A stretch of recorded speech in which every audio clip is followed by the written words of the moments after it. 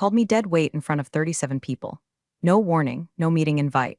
Just slid into my weekly ops review like a preppy guillotine in tailored chinos, leaned against the whiteboard I'd been presenting on, and said, loud, bored, and sipping his stupid pistachio smoothie, I don't get why we still have legacy staff. It's like carrying dead weight. No one laughed, no one moved. Just the faint hum of the HVAC and the stench of my dignity catching fire. I was the director of strategic fulfillment. I'd built our supply chain from the ground up, before he was even out of whatever Ivy League frat taught him that smirk. 12 years, 3 crises, and one multi-million-dollar acquisition I personally brokered during COVID while my father died in hospice. Bradley, the future Whitmore, didn't know any of that. Didn't ask, didn't care. He had a jawline sharp enough to slice empathy and a resume ghostwritten by his father's executive assistant. Rumor was his last job lasted 9 months, ending in a mutual decision after someone found his pitch deck had been plagiarized from a YouTube dropshipper. Now he was the CEO's transformation consultant, which was code for our legal department advised against naming him CEO outright. His dad ran the company. I ran the supply chain. Only one of us bled for this place, and he just painted a target on me. I didn't say a word. I closed the PowerPoint, nodded to my team, and walked out before my face betrayed me. In the bathroom, I locked the door, sat on the toilet seat like a war widow in a silk blouse, and stared at the black tile until my breathing slowed. I counted 12 visible cracks in the grout, same as my years here. Funny, I'd seen layoffs, and in the room when we shaved entire departments off the books like fat from a steak. But this was different. This was personal. Calculated. I wasn't just next, I was already gone. He just hadn't filed the paperwork yet. Still, something about how he said it, that tone, itched behind my ears like an echo I couldn't place. Not anger, not authority, something smug, secure. He had a plan. And that terrified me more than any severance clause ever could. And I got back to my desk, there was a post-it on my monitor. Bradley wants to see you at 4 p.m. I texted my husband, looks like it's happening. He texted back, I'll chill the champagne or the shotgun. At 4 o'clock sharp, I walked into the glass conference room. Bradley was already seated. 2 HR reps flanked him like pallbearers. One had that overly polite smile HR people wear when they're about to end your mortgage. Sarah, Bradley said, like we were old high school friends. Let's be honest, you've been an asset, a really solid archive. I looked at the folder on the table. Glossy, too thick for comfort, exit packet, but we're pivoting, leaner, more agile. Think of this as a chance for reinvention. I opened the folder. Severance was shockingly generous. 6 months base pay, bonus included, vesting options untouched. I looked up, squinting. You want me out happy, quiet. He smirked like a man who thought he'd invented chess. I want you to land on your feet, no bad blood. Bullshit. This wasn't mercy, it was insurance, but I played along. Signed it with a calm hand and a throat full of battery acid. Shook his hand, even smiled, walked out like I was headed to brunch. Then I went home, uncorked a bottle of Shiraz older than his social media presence, and opened the folder I'd kept hidden in my closet for 6 months. Mogsa acquisition, packet confidential. Bradley didn't know the real game had started before he even got his office nameplate. He didn't know I'd been in quiet talks with Mogsa, the supplier our entire freight ecosystem ran on. He didn't know their founder was getting divorced, or that I'd flown to Houston last October in a gray blazer and left with a promise on a napkin and a silent NDA. He didn't know any of that, but he would. Soon. Monday morning came like a quiet detonation. I didn't sleep the night before, too much adrenaline, too much planning. I watched the sun bleed through the blinds while running numbers, margins, projections. The severance Bradley thought would silence me had just become my weapon, like handing your firing squad the gun and realizing you still had the bullets. At 8:04 a.m., I walked into a nondescript office building 2 hours south of the city. No logos, no receptionist, just a keypad door and a flickering fluorescent bulb in the hallway that buzzed like it was in pain. Vince Caldwell, founder of Mogsa, met me in the break room, if you can call a room with a dying Keurig and a lopsided vending machine a break room. It looked like an aging longshoreman in a wrinkled Henley and boots that hadn't seen polish since the Obama era. You sure you want this headache? He asked, sipping burnt coffee from a styrofoam cup. You know, once you buy in, you inherit every demon that's haunted this place since 1997. I smiled. I'm a woman in logistics. I've already danced with the devil. This is just his cousin. He barked a laugh, then tossed me a folder. 51%, all yours. Pending wire confirmation. I transferred the funds from 3 accounts, my severance, a quiet liquidation of an old investment I made back when Bitcoin was still something you explained at parties, and the third, a loan from a ghost, my late sister's trust fund, which I swore I'd never touch unless blood was in the water. It was, and it tasted like pistachio smoothie. By 11:45 a.m., I had controlling interest in Mogsa. By 1:30, I was in their system as interim chair. And by 2:10, I was drafting the freight restructuring letter that would land on my old company's desk like a wrecking ball wrapped in velvet. The beauty of it? No legal fireworks, no theatrics. Just a quiet 18% rate increase and a sudden mysterious pause on all preferred scheduling due to volume congestion and strategic realignment. Bradley wouldn't see it coming.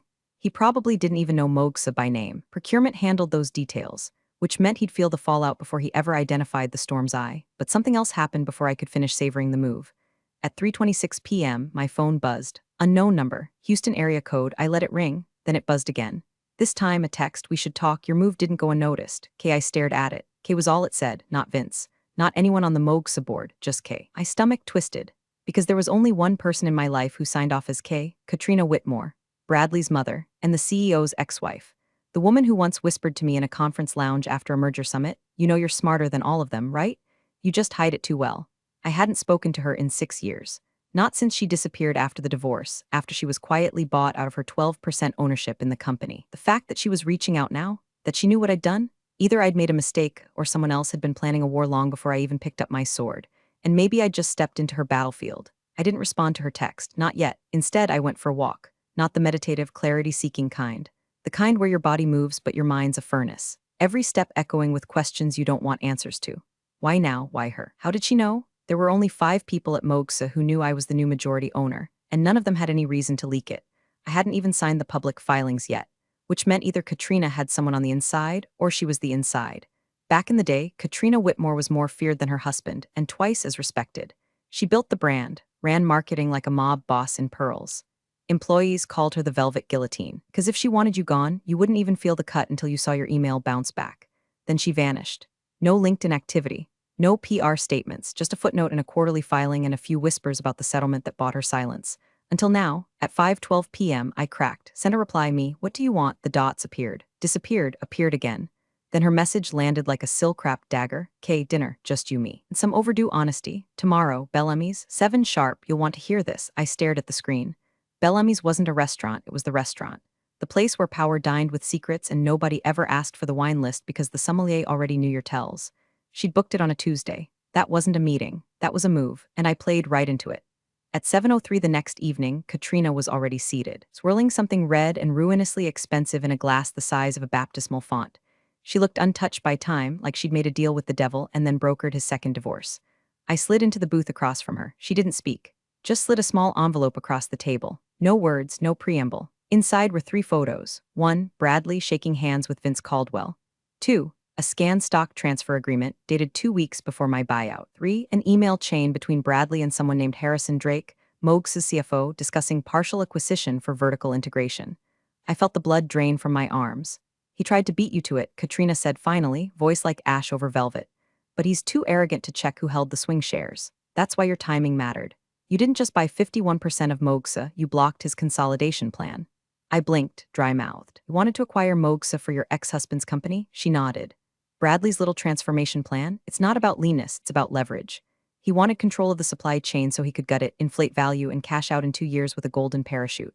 She paused. "You ruined that." I leaned back. "So what's this, you gloating?" Katrina smiled, not kindly. "This is an offer." I raised an eyebrow. "You keep Mogsa, but I want in. 5%. Silent, you front the moves, I feed you intel. And in 6 months you'll have him dangling by strings he thinks he tied himself." I laughed bitter. "Why would I trust you?" Her eyes hardened. "Because I hate my son more than you do." For a second, the table was a no-man's land between 2 women who'd both bled for the same throne. And then, slowly, I reached for the wine menu. If we were going to burn this dynasty down, we'd need something decent to toast with. The first strike came 3 days later, and it didn't come from Bradley. It came from accounting. An internal audit request hit Mogsa like a sniper round, clean, precise, and right between the eyes. Clarification of vendor ownership relationships, it said. Neutral language, but the subtext was neon. Bradley knew, or at least he suspected. Someone had tipped him off, probably Harrison Drake, his sad excuse for a CFO, who had all the spine of a beige curtain and none of the discretion. I could practically hear the weasel's voice in the boardroom. "There's been a development." That's when the phone calls started. Procurement leads, warehouse managers. Even a junior logistics analyst I trained 3 years ago sent me a panicked DM. "Hey Sarah, is it true you own Mogsa now?" I heard from Devin in Ops. He said, "You're pulling freight away from Whitmore Corp. Please tell me you're not going to tank our department."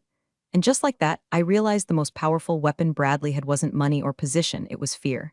Fear in the ranks, fear in whispers. Fear that if they sided with the wrong legacy, they'd be purged by whichever god came out on top. That night, Katrina called me. "I told you he'd sniff it out," she said, voice flat. "He's not smart, but he's paranoid." and that makes him dangerous. I was pacing my apartment barefoot, wine glass untouched, windows wide open to the storm rolling in. So what's next? He's going to play victim, she said, bored sympathy. Spin the narrative. You're the unstable ex-employee lashing out. He'll call it revenge. Say you're emotionally compromised. I rubbed my temples. That would land if I hadn't just negotiated 3 new bulk routes and cut Mogs's shipping loss by 8%. Katrina's voice dipped to a whisper. Sarah, you need to hit him personally. Professional threats he can navigate, but humiliate him? Undermine him in front of the board? That he can't survive. I didn't respond. But the next morning I made a call to Gerald Finn. Gerald was the owner of FinTech Distribution, one of Whitmore Corp's biggest clients, and more importantly, he hated Bradley. See, 2 years ago, Brad got drunk at a Vegas expo and told Gerald his wife looked like a discount Ivanka. Word traveled. Contracts strained. But Gerald stayed, mostly out of inertia, until now. When I met him for coffee, I didn't pitch anything. I just slid a paper across the table. Mogs's new exclusive distribution rates, 10% lower than anything Whitmore could match, with guaranteed on-time delivery and zero surcharge fluctuations for 18 months. Gerald looked at the paper, then at me. He finally stepped on the wrong throat. I sipped my latte. And I'm offering you the boot to finish the job. He signed that afternoon. By Friday, Whitmore's logistics team was in full panic mode. An email leaked, God bless the interns, with the subject line, Urgent, FinTech on pause. Who approved this? Bradley hadn't shown up to HQ in 2 days. Rumors said he was working remote. Translation, sweating bullets in his overpriced loft and probably blaming everyone but himself. That weekend, I got a courier envelope. No return address. Just my name in capital letters. Inside, a single Polaroid photo. Bradley, shirtless, holding a tumbler of whiskey in one hand, the other arm around someone disturbingly familiar, Harrison Drake. The timestamp read, last Thursday, 3:44 a.m. Scrawled on the back in looping ink, everyone has leverage. You just have to decide where to press. It hit me then. Katrina wasn't just feeding me intel. She was orchestrating a symphony of destruction, and I was just the loudest instrument in her arrangement. I didn't sleep that night. Not because of the photo, though the sight of Bradley half-drunk and draped around his own CFO like a frat boy mid-breakdown was grotesquely fascinating, but because of what it meant. The Polaroid wasn't blackmail. It was a message. Katrina was telling me she had surveillance, that she was watching every move, every shadow, every secret, and she had plans. But here's the problem with brilliant conspirators. They forget not everyone likes being a pawn, even if the game favors them. Sunday afternoon, I called her. I want the truth, I said. No greeting. No warm-up. How long have you been planning this? She didn't miss a beat. Since the day Whitmore Sr. called me a brand liability and offered to pay me to disappear. I gripped the phone tighter. You waited 6 years. I waited for the right kind of storm, she said coolly. And then you showed up like lightning in a bottle. I laughed once, sharp and humorless. And what happens after we burn it all down? You just want revenge? Her pause was short but telling. I want my company back, not a name, not on paper, but in truth. And I don't care who has to fall to get it. That was the first time I felt it. Hesitation, because the way she said fall, it wasn't metaphorical. Katrina was playing for keeps, and if I wasn't careful, I'd end up collateral damage wearing a crown I didn't ask for. But I didn't back out, not yet, because just as she'd manipulated me into pushing the first domino, Bradley had started pushing back. Monday morning, I got the ping. New email in your inbox. Subject urgent. Mogsa vendor suspension. I opened it. Bradley had frozen all Mogsa POs, claimed discrepancies in quality assurance, and cited a non-existent audit report. Effective immediately, Mogsa was under performance review. Orders halted. Payments paused. Communication to be rerouted through legal. It was a corporate siege. I grinned. Because what Bradley didn't know was that I'd already rerouted half those deliveries through shell vendors I owned via a holding company. Same shipments, different labels. His suspension meant nothing to the trucks already unloading behind his warehouses. But optics were everything. I needed to respond, so I did publicly. I drafted an open letter. Simple, elegant, lethal. At Mogsa, we stand by our standards and our service. Any delay in delivery caused by internal policy shifts within client organizations does not reflect our logistics performance but their internal disarray. We remain ready and capable to serve all contracts currently under agreement. We will not, however, compromise on integrity or transparency. I hit send at 2:13 p.m. By 2:26, #Whitmore Meltdown was trending on Twitter. By 3 o'clock, 2 other major clients reached out to Mogsa directly, asking if they could bypass Whitmore Corp and source directly. At 4:07 p.m., Katrina texted, "Well played, Queen." He's pacing in his father's office, calling it sabotage. Guess what? Daddy's siding with the board. Then a second message followed. Also, he just had a visitor. Attached was a grainy still from a security cam. Bradley, in his office, standing across from a lawyer in a slate gray suit, the kind of suit that comes with partners and exit clauses. I stared at it, the way one stares at an oncoming train, too fascinated to move. He was lawyering up. The idiot thought he could sue me, and I was going to let him try. The lawsuit hit my inbox at 8:01 a.m. sharp like it had been scheduled by a vengeance-obsessed intern. Subject, Whitmore Corp v. Sarah Tran preliminary injunction notice it read like a soap opera written by an angry trust fund. Malicious interference, corporate espionage, conflicts of interest, my favorite, emotional instability resulting in retaliatory acquisition. I half expected it to accuse me of casting spells and boiling rabbits. I read it 3 times, slower with each pass. He wasn't trying to win, he was trying to stall. If the court granted even a temporary injunction, could freeze Mogs's ability to sign new contracts for weeks. And Bradley knew exactly which partnerships I was finalizing. He wanted to jam the gears long enough to flood the board with chaos, until Daddy swooped in, declared him the wounded hero, and slapped my name across a press release like a cautionary tale. But here's what he didn't know. I wasn't just the defendant, I had receipts. At noon, my attorney, a woman named Eliza Hart, whose entire career could be summarized by unflinching, unbothered, undefeated, and I walked into the Whitmore Tower like we were hunting vampires. The board had been summoned. Emergency session. Bradley thought he was going to ambush me in front of them. Instead, Eliza handed out slim black folders like party favors. Inside each, a timeline, detailed, dated, sourced. Exhibits of Bradley's unauthorized communication with Mogs's CFO. His backdoor attempts to inflate shipping costs and reroute inventory through a company he was quietly trying to acquire with offshore proxies. We traced the ownership chain. 2 layers deep, then deeper. At the bottom, a holding company. And at the bottom of that, Bradley's name, misspelled, but notarized. He didn't just plan to acquire Mogsa. He tried to buy it out from under his own father. When the documents hit the table, the room turned to stone. You could hear a hairpin debate its life choices. Bradley stammered. This is taken out of context. You were defrauding your own company, Eliza said, voice clean as a guillotine. And the woman you tried to bury beat you to the grave and started renting out the dirt. He turned red, full tomato, throat bobbing like a hooked fish. But she orchestrated this. She bought out Mogsa to sabotage us. I stepped forward. Correction. I bought Mogsa to survive. You made it sabotage when you tried to gut my career and carve it up for parts. You started this war thinking I'd die quietly, and now here we are. The board said nothing, but their eyes said everything. And then came the moment that told me I'd won the room.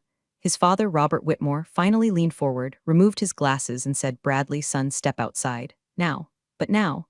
Bradley shot daggers at me as he left, but his face had already cracked. The spoiled child behind the title had surfaced. Then Robert turned to me. You planned this.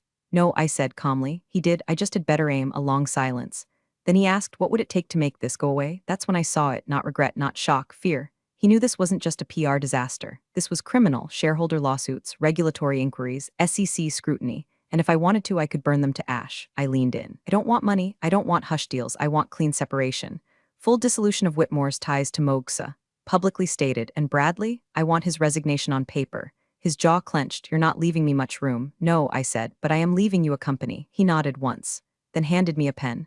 The statement hit the wires 36 hours later.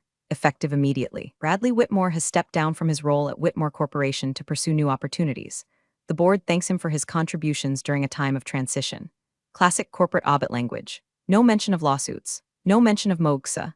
And definitely no mention of the fact that Bradley left the building escorted by security, screaming into a Bluetooth earpiece like a reality TV contestant on the brink of a breakdown. The board had done their part. It swallowed the medicine. In exchange, I signed the release that killed the lawsuit, sealed, mutual, sterilized. But something didn't sit right. It should have felt like victory. I should have been popping champagne with Katrina and watching the LinkedIn think pieces roll in. Female exec dismantles nepotism one freight contract at a time. Instead, I sat in my car outside the courthouse, staring at the dashboard like it owed me answers. Because something still didn't track. Bradley was a spoiled narcissist, yes. A clown in loafers, absolutely, but not this sloppy.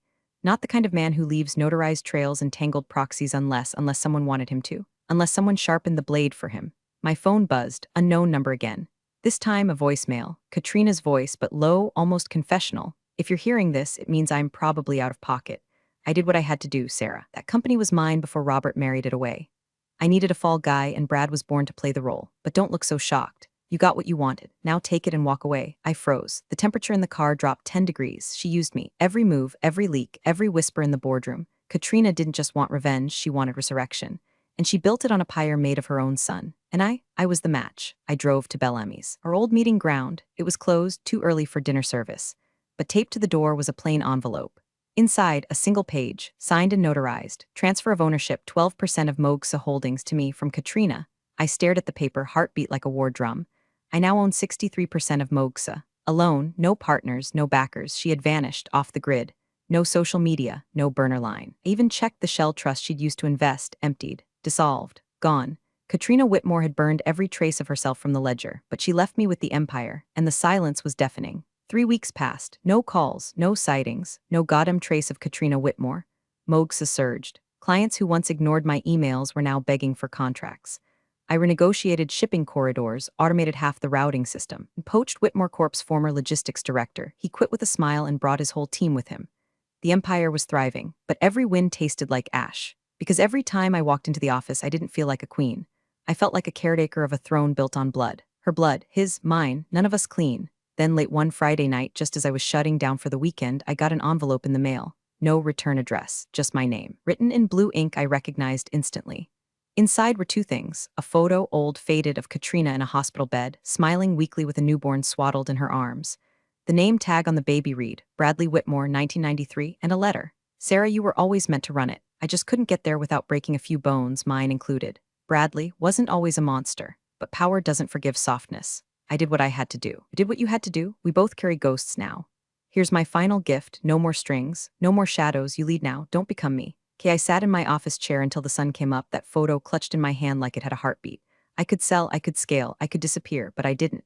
Monday morning, I walked into the boardroom. Alone. No lawyers, no allies. Just me and the silence Katrina left behind. I pulled up the quarterly report, looked every exec in the eye, and I spoke the only words that mattered. I'm not here to play queen. I'm here to build something that no man, no sun, no ghost can burn again. They nodded, slowly, and just like that, the room belonged to me, not inherited, earned. And somewhere in some forgotten corner of the world, I hope Katrina smiled, because the woman she used, she's gone.